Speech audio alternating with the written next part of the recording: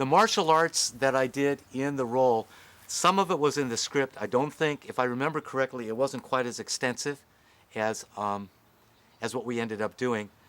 Um, Buddy Van Horn, who directed it, came up to me and asked me, "Well, son, do you want to do your own stunts?" And I said, "Yeah." And he goes, "Well, can I see what you do?" And I said, "Yeah." And what we did is that we went off with the stuntman, and he let me alone with the stuntman for about, I think we rehearsed 40 minutes and came up with a whole run.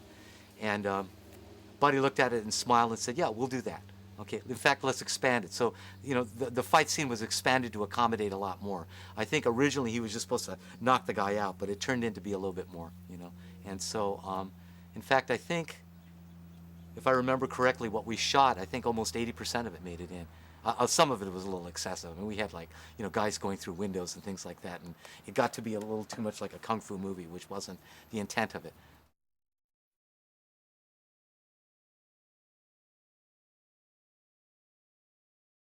When I was going to be his partner, I went and got some earlier versions of the Dirty Harry. In fact, the first two, I think, that originally came out, to see what the partners were going to be like. And when I saw the kind of role that the partner played, I said, "Okay, yeah, this will work. I can do this." And then I remember seeing,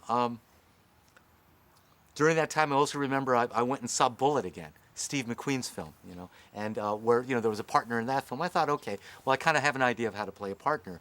When I got the script again, I was really surprised, because it was pretty obvious that they were writing a character that really hadn't been seen a lot, in Dirty Harry films before.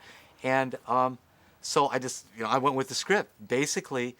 And the way that Clint wanted to play it is that this guy just, he knew about Dirty Harry, and he was really scared of dying, and he didn't mind showing it. And he was going to do it. His whole thing was to survive the gig.